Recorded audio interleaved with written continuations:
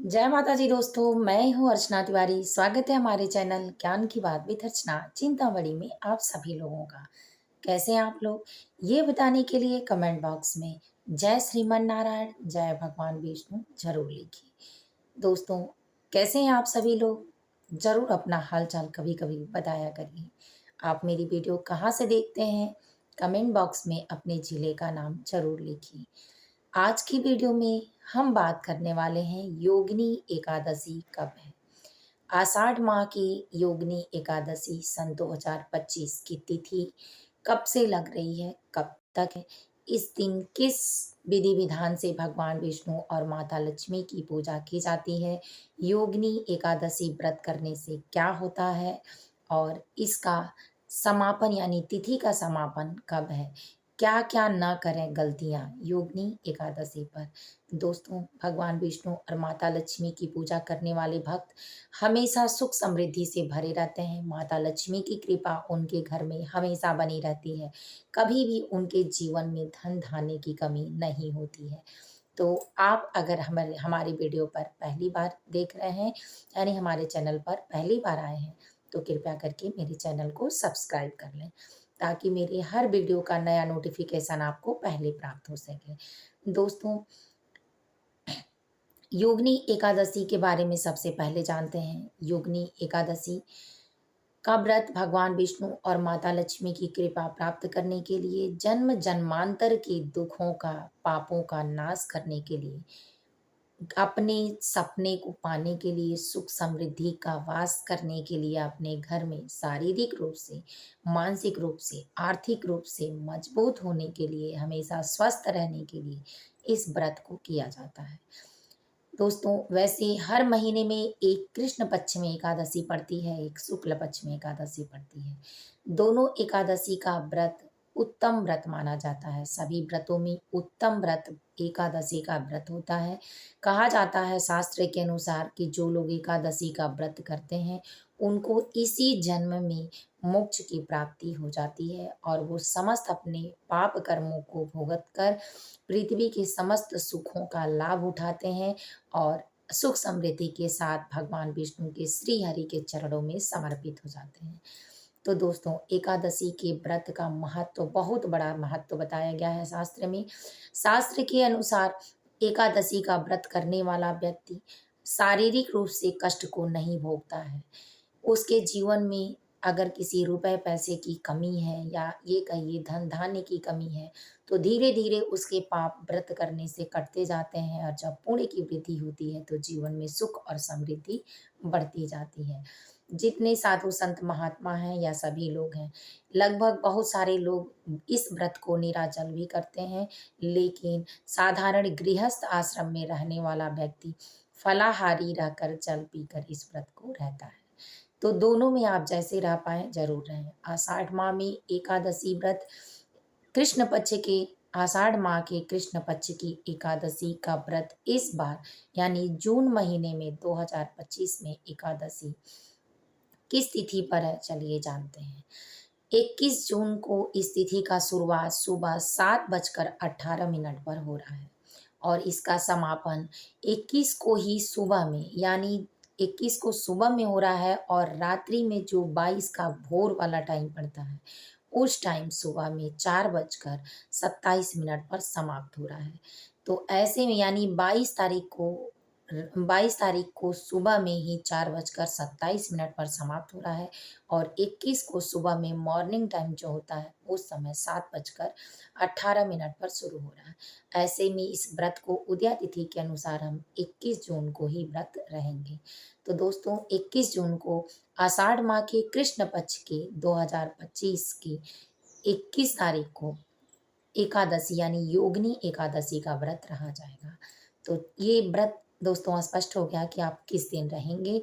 अब चलिए जानते हैं इस व्रत में आपको सुबह से शाम तक की विधि में क्या करना है। तो दोस्तों, सुबह जल्दी उठें, स्नान ध्यान करने के बाद भगवान सूर्य को अर्घ दें।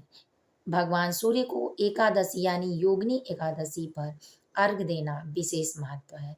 तो भगवान सूर्य नारायण को अर्घ दें मंत्रों के साथ। ओम सूर्याय नमः, ओम भास्कराय नमः, ओम आदित्याय नमः, ओम दिवाकराय नमः, ओम खगाय नमः, ओम अरुणाय नमः, ओम भौम देवाय नमः, ओम खगाय नमः, नगेंद्राय नमः। इस तरह से 7 नामों के साथ भगवान सूर्य को अर्घ दें। अर्घ में आपको लाल चंदन, लाल अक्षत, गंगा जल अगर मिल जाए तो कच्चा दूध, फूल लाल डालकर भगवान सूर्य देव को जल दें। हो सके तो अगर आप किसी बीमारी, लंबे बीमारी से परेशान हो तो गुड़ डालें। याद रखें कि लोटा पीतल का होना चाहिए। गुड़ डालते समय या कोई भी मीठा पदार्थ डालते समय अगर आप मीठा नहीं डालते हैं, मान लीजिए पति पत्नी के रिश्ते में दरार है या आपके जीवन में कोई ऐसी समस्या चल रही है कि जिसमें प्रेम होना चाहिए, तो आप मीठा भी डालकर ज़रूर अर्घ दें। अगर नहीं डाल पाते हैं तो ये भी याद रखें कि अन्य किसी पात्र में आप मीठा डालते हैं तो दोष नहीं है, लेकिन अगर तांबे के पात्र में मीठा डालकर सूर्य देव को अर्घ देते हैं तो मदिरा के समान माना जाता है। तो ये काम आप बिल्कुल ना करें। उस दिन सूर्य देव को अर्घ देने के बाद माता तुलसी की भी पूजा करें, लेकिन तुलसी को टच नहीं करना है। दूर से उनकी आराधना करनी है, दूर से ही परिक्रमा करनी है और दीपक नहीं जलाना है, जल नहीं चढ़ाना है।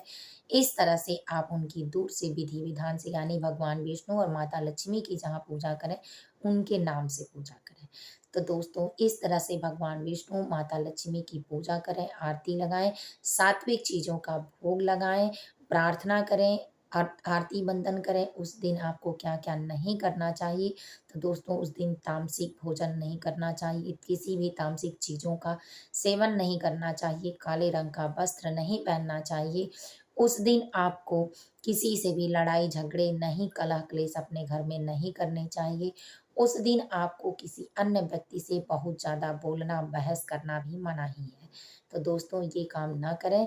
इसके बाद एकादशी के दिन एक आप कथा योगिनी एकादशी का ज़रूर सुन लें। तो दोस्तों मेरे वीडियो में मेरे साथ आप एंड तक बने रहें। योगिनी एकादशी की कथा भगवान विष्णु जब अ, उसमें यमुना जी में मंथन चल रहा था, जैसे कुंभ की कहानी आपने सुनी होगी कि इतने दिनों तक कहानी चली, तो कुंभ इतने 12 साल का हुआ, 13 दिन का मंथन था, तो 12 साल, पृथ्वी पर 12 साल माना गया, भगवान को 13 यानी 12 दिन लगे थे, एक दिन तो मिल ही गया था अमृत।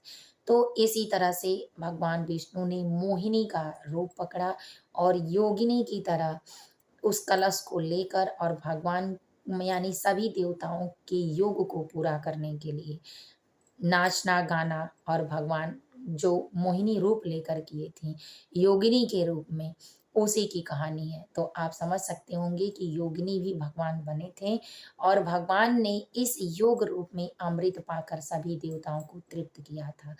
तो इसीलिए आप योगिनी एकादशी के दिन गंगा जल से स्नान करते हैं तो अमृत के समान होता है।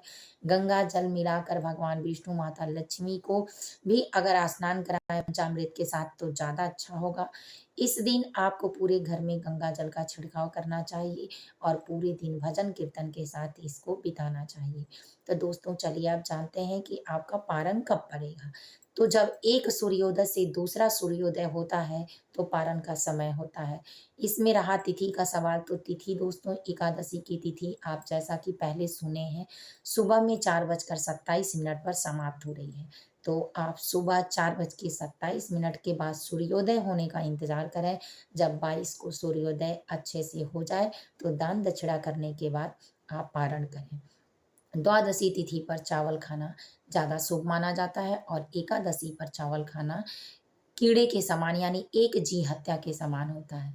तो भूल कर भी एकादशी पर बताई हुई चीज़ों का सेवन न करें। मसूर का दाल, बैंगन, ये सारी चीज़ें नहीं खाई जाती है, ना तो इसको छुआ जाता है, ना देखा जाता है।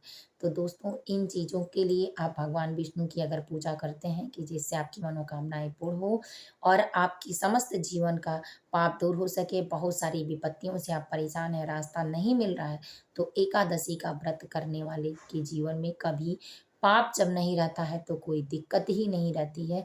तो आप भी इस एकादशी व्रत को कर सकते हैं। नियम पूर्वक अगर आपको पहला एकादशी का व्रत उठाना है तो आप निर्जला एकादशी से, वैकुंठी एकादशी से, पावनी एकादशी से उठाएँ। इसके बाद दोस्तों, अगर आप पीरियड से हैं, महिला हैं और व्रत करती हैं तो क्या करें? तो पीरियड में आप व्रत बने रहें, नहा धो के मानसिक पूजन करें, आप भगवान को स्पर्श न करें और जैसे व्रत करती हैं सब कुछ वही करें, बस अंतर इतना रखें कि आपको स्पष्ट रूप से भगवान का दीपक नहीं जलाना है, भोग नहीं लगाना है। लेकिन आप दूर से भजन कीर्तन करके और पूरा दिन भगवान का स्मरण कर सकती हैं, आपको व्रत का उतना ही पुण्य मिलेगा। तो दोस्तों, वीडियो कैसी लगी ज़रूर करिएगा कमेंट, लाइक कर लीजिएगा, चैनल को सब्सक्राइब कर लीजिएगा। फिर मिलूँगी एक नए वीडियो में नए ज्ञान के साथ, तब तक वीडियो यहीं एंड करती हूँ। कमेंट बॉक्स में जय श्रीमन नारायण भगवान विष्णु ज़रूर लिखिएगा। जय माता जी, हर हर महादेव।